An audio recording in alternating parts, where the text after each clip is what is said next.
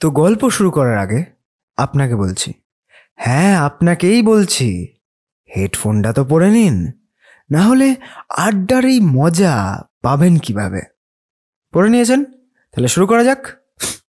Happy listening. তিনতলার চিলেকোঠার এই নির্জন ঘরটিতে বসে একটু স্বস্তি বোধ করলেন সোমনাথ মজুমদার।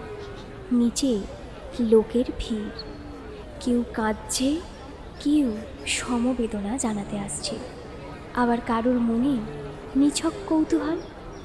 নিজেকে এখন একটু নিজের কাছে একলা পেতে চান সোমনাথবাবু। সূর্য মাথার ওপরে, ঝাঁঝা করছে রোদ।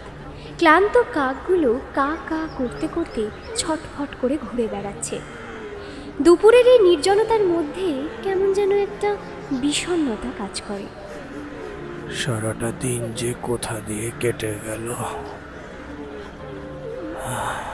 চিন্তা করতে করতে সোমনাথবাবু চোখ থেকে চশমাটা খুলে নিয়ে কাপড়ের খুঁট দিয়ে মুছতে মুছতে গভীর দীর্ঘ নিঃশ্বাস ফেললেন। আজ ভোর 4টের সময় হঠাৎ ফোনটা বেজে উঠতেই কানটা খাড়া করেছিলেন তিনি।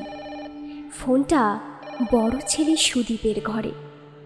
আর তারপরই বড় বৌমা ঝুমুরের ডুকরে কেঁদে ওঠা শুনেই বুঝে ফেলেছিলেন তার জীবনের নবমী নিশির আজই অবসান হলো। বুকের ভিতর প্রতিমা বিসর্জনের বাজনা শুনতে পেলেন তিনি।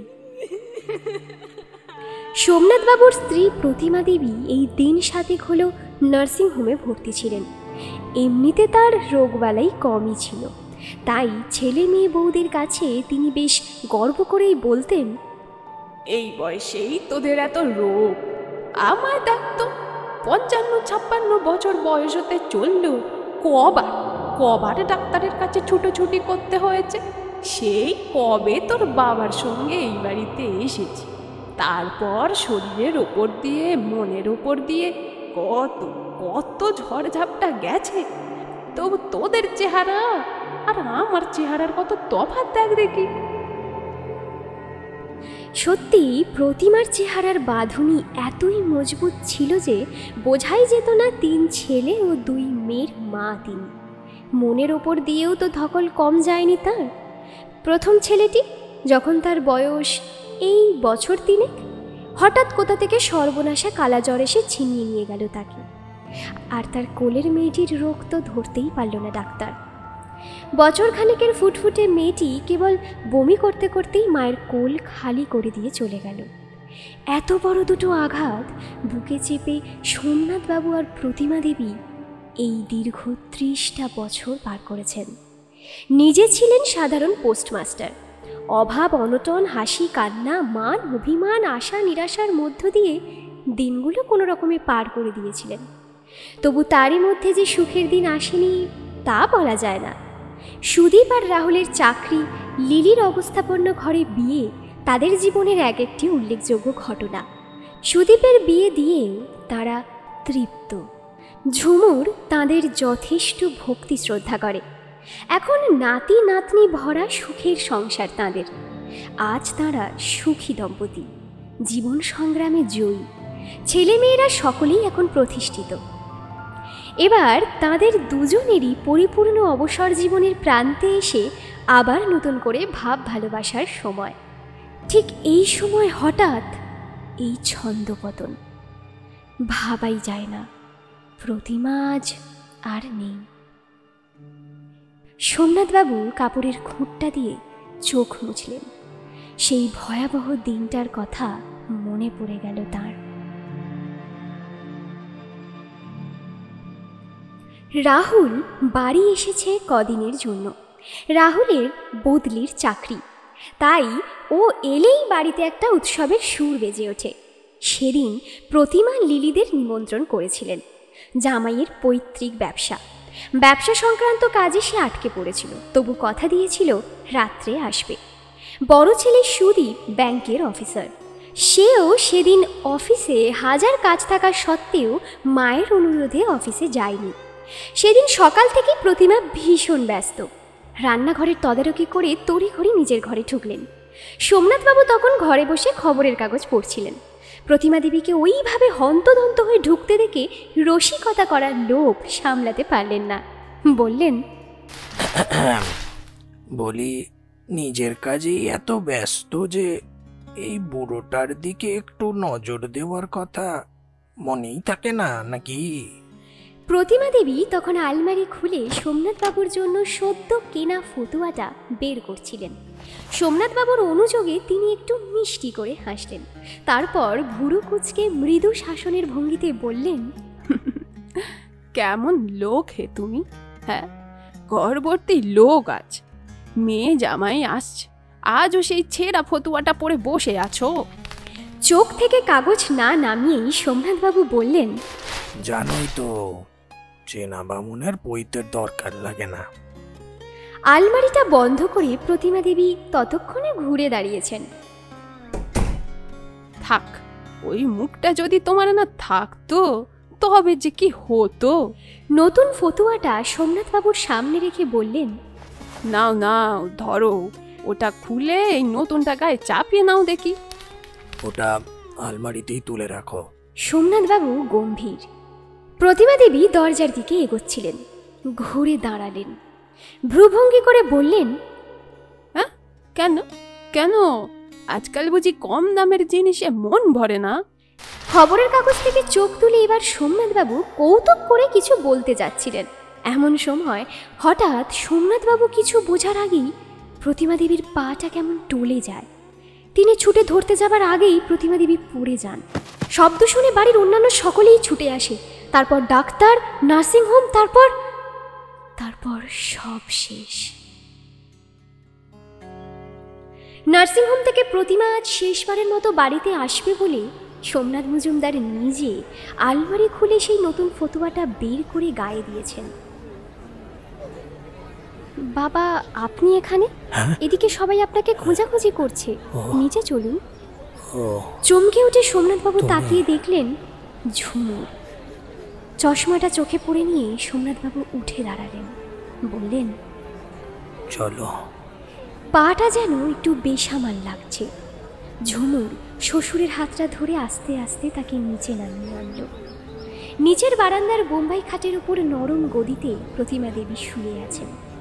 ঠোঁটে এক টুকরো হাসি, মুখখানা প্রশান্ত, চোখ দুটি ঈষৎ খোলা। কপালে চন্দন, গলায় ফুলের মালা, পরিধানে লাল পাড় গরদ, পায়ে আলতা, ফুলে ফুলে সারা শরীর আচ্ছাদিত। সুন্দর ধূপের গন্ধে চারদিক মম করছে।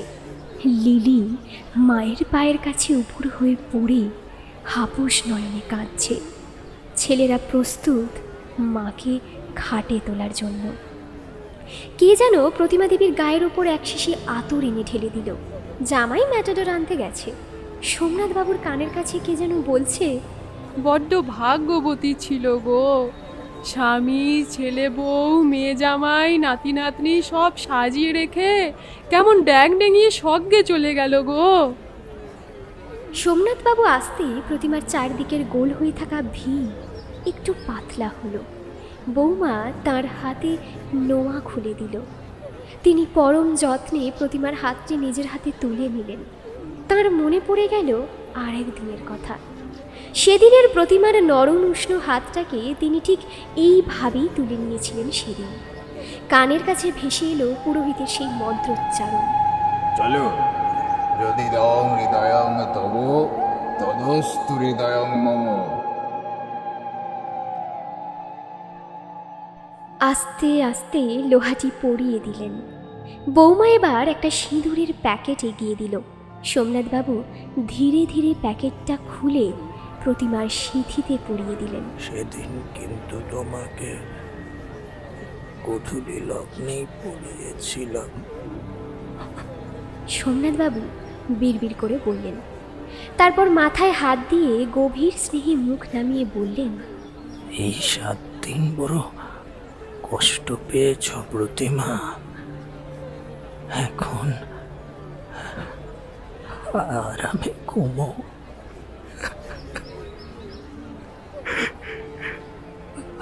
আরামে ঘুমো। পিছন থেকে হঠাৎ একটা প্রচণ্ড ধাক্কা খেলেন তিনি। সধবা মহিলারা হুমড়ি খেয়ে পড়েছে প্রতিমা দেবীর সিঁথির একটু সিঁদুর ছোবে বলে। ভিড় কাটিয়ে কোনো মতে তিনি গেটের মুখে এসে দাঁড়ালেন। সুদীপের মেয়ে টুস্কি আর লিলির ছেলে খোকন সেখানে খেলা করছিল। 4-5 বছরের ছেলে মেয়ে দুটো বুঝতেই পারছে না কি তারা হারালো। Sweet my child, I live for the. ক্লান্তভাবে উচ্চারণ করলেন সোমনাথবাবু। মৃত সৈনিকটির বিধবা পত্নী তার ছেলেটার জন্য বাঁচতে চেয়েছিল,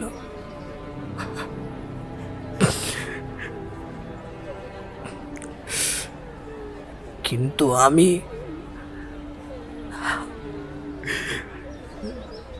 কাকে অবলম্বন করে বাঁচব?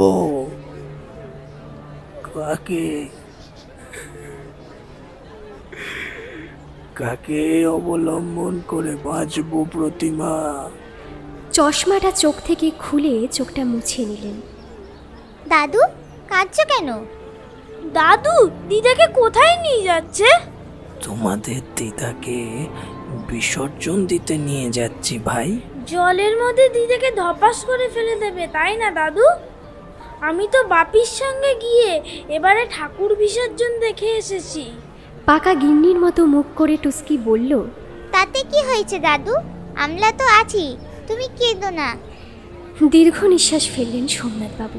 তিনি জানেন এরা এদের পড়াশোনা, নাচ গান, সেতার, প্যারেড, এইসব হাজার কাজের বাঁধনে বাঁধা। এদের সময় কোথায় তার পিছনে সময় নষ্ট করা? ম্যাটাডর এসে দাঁড়ালো। আর তো কান্না আর গুমুট আবহাওয়ার মধ্য দিয়ে 2 ছেলে, জামাই, আরও কয়েকজন শ্মশান যাত্রী প্রতিমাকে কাঁধে তুলে বলো হরি হরি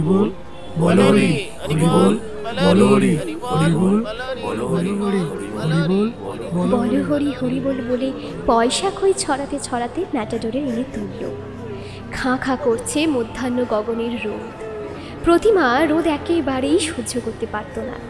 কখনো কখনো দরকারে রোদের মধ্যে বেরোতে হলে মাথা ধরত। আজ তার সুন্দর মুখখানা রোদে ঝলসে যাচ্ছে।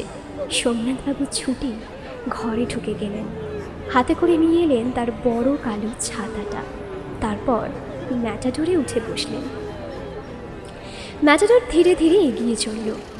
সকলে বিস্ময়ে দেখল সোমনাথ মজুমদার তার ছাতাটা প্রতিমার মাথার কাছে খুলে বসে আছেন।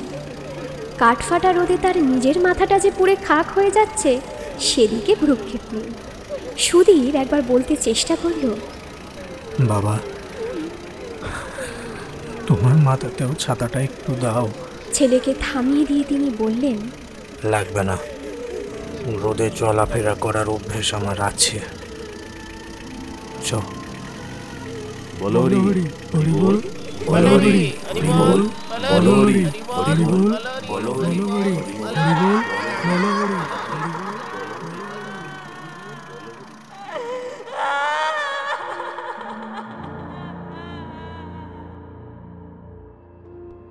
আমাদের আজকের এই 36তম আড্ডা নিতা মিত্রের লেখা অন্তরাগ।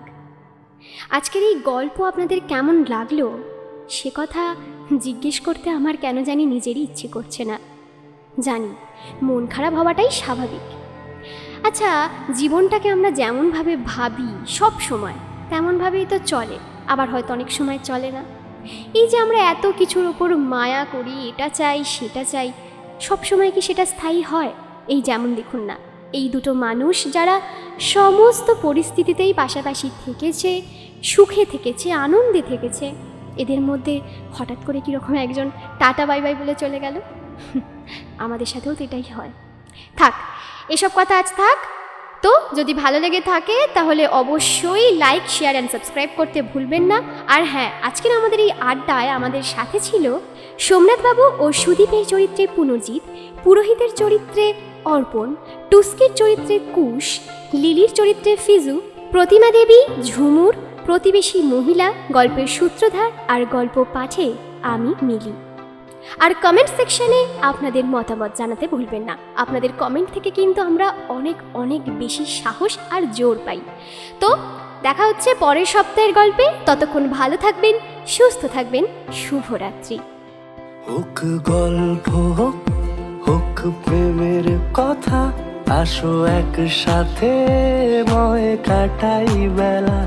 আজ একসাথে যদি মন করে, তাহলে নিয়ে নিও আমায় সাথে।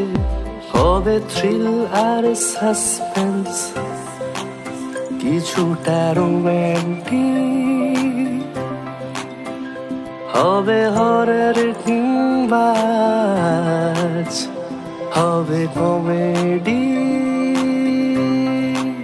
তেপান্তরের আড্ডায় শোনো আজ যেমন চায়। তেপান্তরের আড্ডায় শোনো আজ যেমন চায়।